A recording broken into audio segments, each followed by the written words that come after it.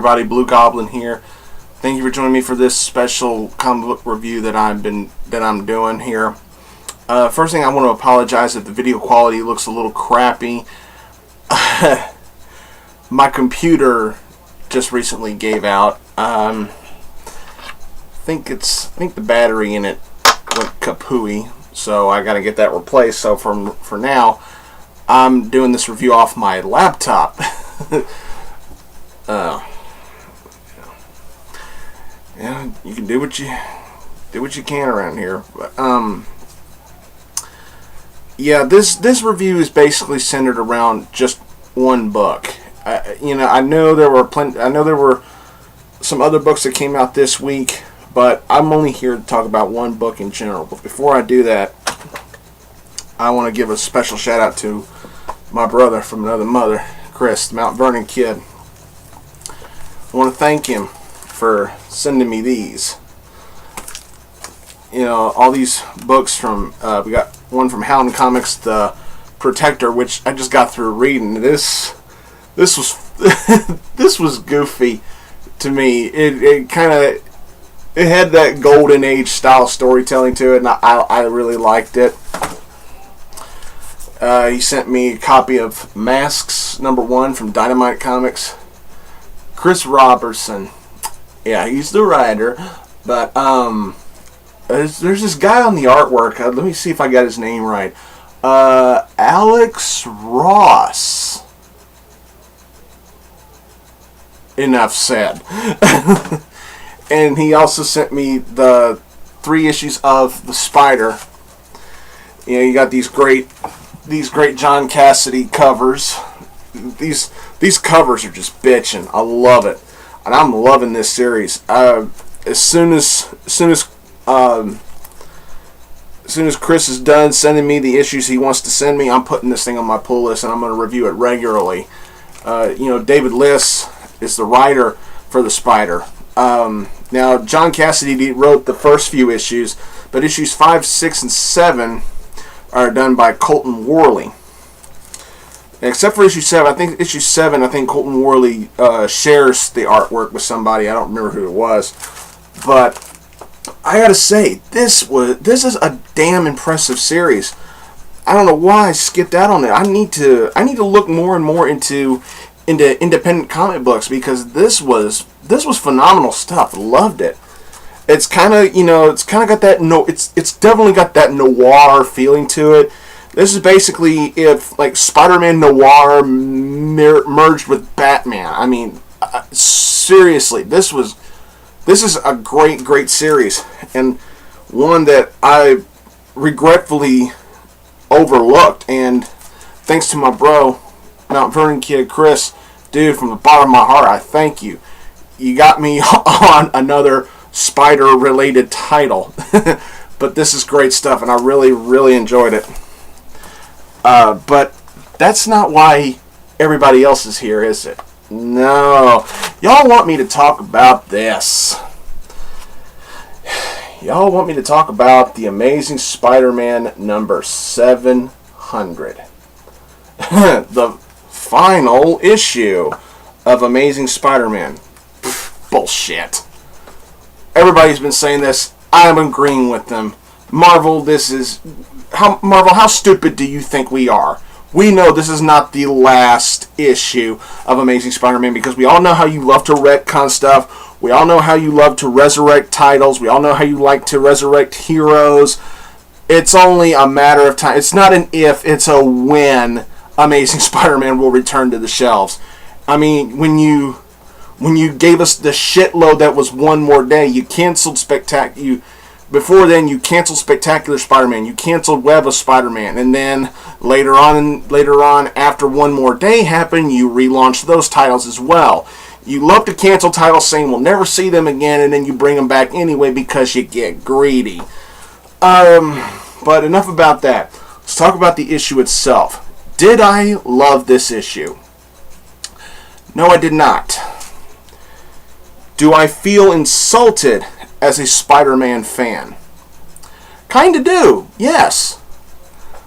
Do I think that the $7.99 $8 price tag was ridiculous? Abso-fucking-lutely yes. Marvel, what the fuck is your problem? You're giving us a conclusion to a story, and just because it's a milestone number, you have to hype it up for all it's worth, and then you overcharge it. $8. For that alone, you get this. But as a finale to Amazing Spider-Man, is this going to be memorable? Yeah, but excuse me. I don't think it's going to be memorable for all the right reasons. First thing I want to say, the two backup stories at the back of the book, I don't care about them. The Black Cat story was okay. The other story with the elderly man talking to the little boy, talking about how he was Spider-Man in the past, that was okay. Fuck. The cover gallery, don't give a shit. The editor's notes and the letters from Stan Lee, I don't give a shit. What I wanted to get in this book was to see the outcome of the Peter Ock story. Where the hell do I begin? God, I'm a little pissed off the more I think about this. I tried my best to stay away from the internet concerning comic books and comic book reviews and everything leading up to this. I avoided it as much as I could because I didn't want to get spoiled. I wanted to know, was this book worth the hype? Was this book worth the $8? The answer is no, it was not. This book to me disappointed me very highly. Was this book worth $8? Fuck no, it wasn't. Dan Slott, look, you're a nice guy and all that, and I appreciate all the stuff that you've said to me in the past, but Dan, you've watched my reviews. You consoled me when my mother was having heart surgery, so I know you watched. Hell, you subscribed to me. You've talked to me on Twitter. Listen, you know me. I'm brutally honest. I did not like this book. Did I hate it? Only kinda. I know I didn't like it, but I can't say that I completely hate it. And for all of you internet trolls out there who were sending death threats to Dan Slott, y'all can get over yourselves and grow the fuck up. Seriously. I mean, I'm not gonna send a death threat to somebody unless it's a gag. Because I don't think anybody would take a death threat from me seriously, because I think they would know deep down that I'm just screwing with them. But the thing is, I'm not going to wish death upon Dan Slott. He's a good writer. I mean, he's not perfect. I mean, no writer is perfect. Every writer makes mistakes from time to time. With some writers, it's very, very rare. With some writers, it's more often than they should. But in this case, I got to be honest, brutally honest. I was extremely disappointed with this.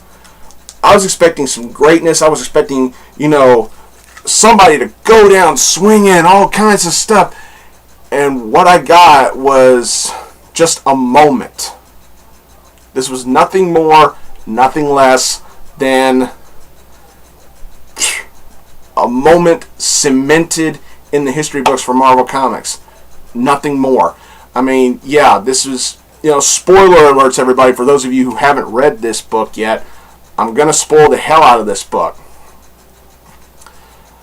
But this was, to me, it just feels like a moment, kind of like, like a moment when Peter and Mary Jane sold out their marriage to Mephisto for who the fuck knows why, to save Aunt May, whatever.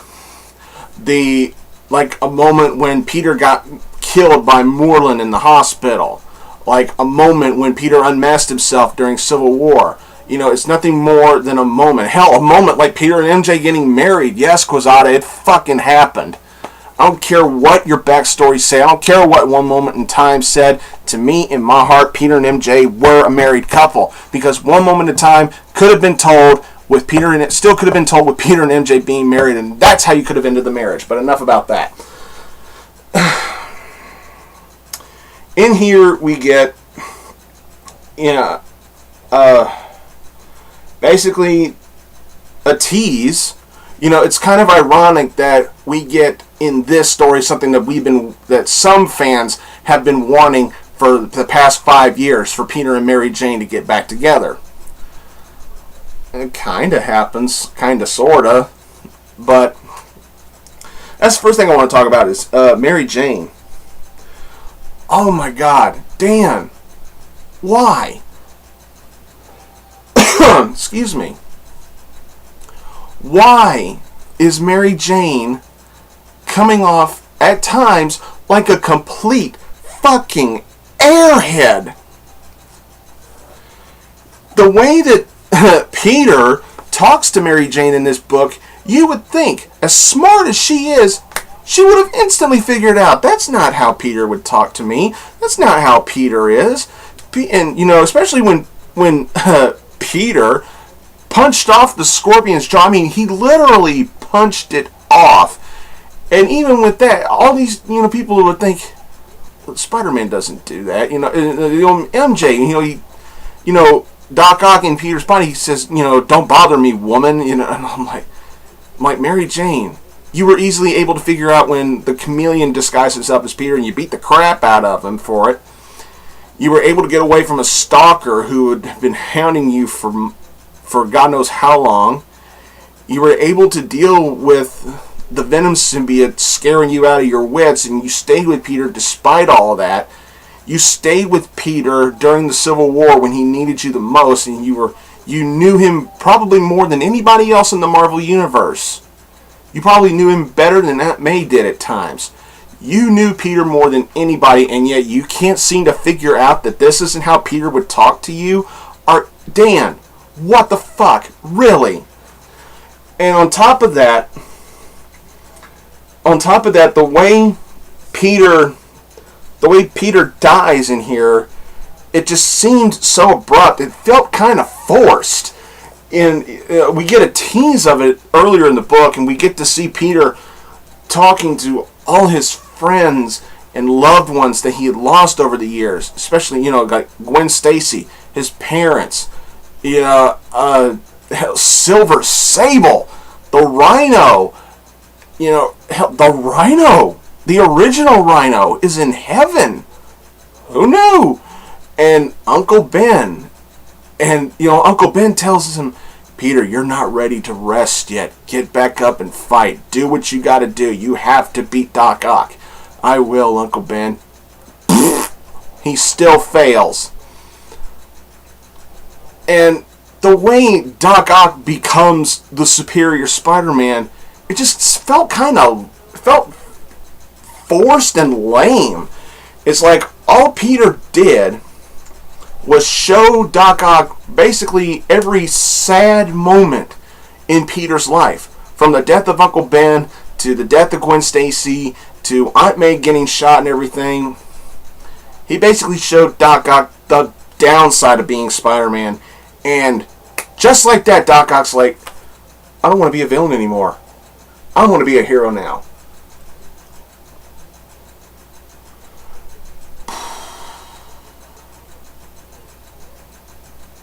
So let me get this straight. Dr. Otto Octavius, Dr. Octopus, one of the biggest criminal minds in Marvel Comics database, one of the biggest villains of all time. So you mean to tell me, Mr. Slott, you mean to tell me that in order to turn him babyface and make him a hero, all you had to do was make him feel bad? Huh. Interesting. And it's like the hammy speech that Otto gives when he declares himself the superior Spider-Man. It seems so egocentric. I'm like, okay, this isn't how a hero would talk. If you really want to be a hero, you shouldn't be talking like a prick anymore. If you want to be a hero, fine, whatever. Live up to it. Stop talking like a fucking prick. Stop talking like you got a massive ego problem, which is what I think we're going to be getting in the Superior Spider-Man series. We're going to be getting Spider-Man with the dark side and with a big ego. Overall, this book pissed me off as a Spider-Man fan. Was I insulted? Kind of, yes. Did I hate the book? Not completely. There were some good moments in here. Humberto Ramos' art, it was pretty good. This is some of the strongest art he's ever done for Amazing Spider-Man ever since his beginning in Big Time with Dan Slott. However, there were a few good things in here. I liked I kind of liked the stuff with J. Jonah Jameson. You know, he really shined in here as a supporting character. Excuse me again. Carly Cooper. Here's the thing. Here's an interesting twist. Peter, while in Ock's body, told Carly who he is, and told Carly in a long story short way what the hell's going on. And she's like, okay, tell me something that only Peter and I would know. And he does. He says, you and MJ are the only people who know that I am both Spider-Man and Peter Parker. Which is basically true. I mean, the only other person that knows is Dr. Octopus. But, you know, even she says that. She says, now Doc Ock knows who he is. But then again, you know, she has to think to herself, could he possibly have been right? You know, and then seeing how Peter's been acting, and hearing how he's been talking and everything, you would think she would put two and two together and go, and maybe think about it for a while. But nah, she's like, nah, ain't no way. But I don't know. I don't care about the variant covers. I'm not going to get any of them. I don't feel like wasting $16 or maybe another $16 on a couple of variants that look really cool. I don't care. I don't want to spend any more money on this. This was, quite frankly, a very ballsy move by Dan Slott. That's the other thing I liked about this, is like, Dan Slott, I will give you credit.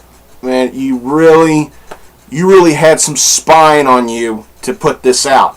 Because I think deep down inside, you knew you were going to piss off more Spider-Man fans than you were going to please. And for that, I do respect you for that. But, however, as a Spider-Man fan, Spider-Man is my favorite superhero. And as a Spider-Man fan, I do feel a little insulted. I'm like, the way Peter dies, it felt like just simply a moment, nothing more, nothing less, because we know Marvel's going to retcon it. The way Doc Ock accepts the mantle of Spider-Man felt forced and really lame and really rushed. It's just like, oh, I feel bad. I'll be Spider-Man now. No, fail. This book was a failure to me. I mean, the artwork was okay. The dialogue, for the most part, some of it was good. But this was ludicrous. I mean, it really was. I didn't like it. I feel like I wasted $8 that I could have spent on probably books like this. But long story short, if you've been reading all the hate and you're curious about what's going on here, I would only recommend this book for hardcore Spider-Man fans. If you're a casual Spider-Man fan, just go to somebody who's already bought it and just read it from them. Don't waste your money. I'm sorry to say that, Marvel, but it's true. If you're just a casual Spider-Man fan, you don't read it religiously, you don't buy every issue that comes out, then find somebody you know, or find a friend who's bought it, and just say, hey, let me take a look at that real quick.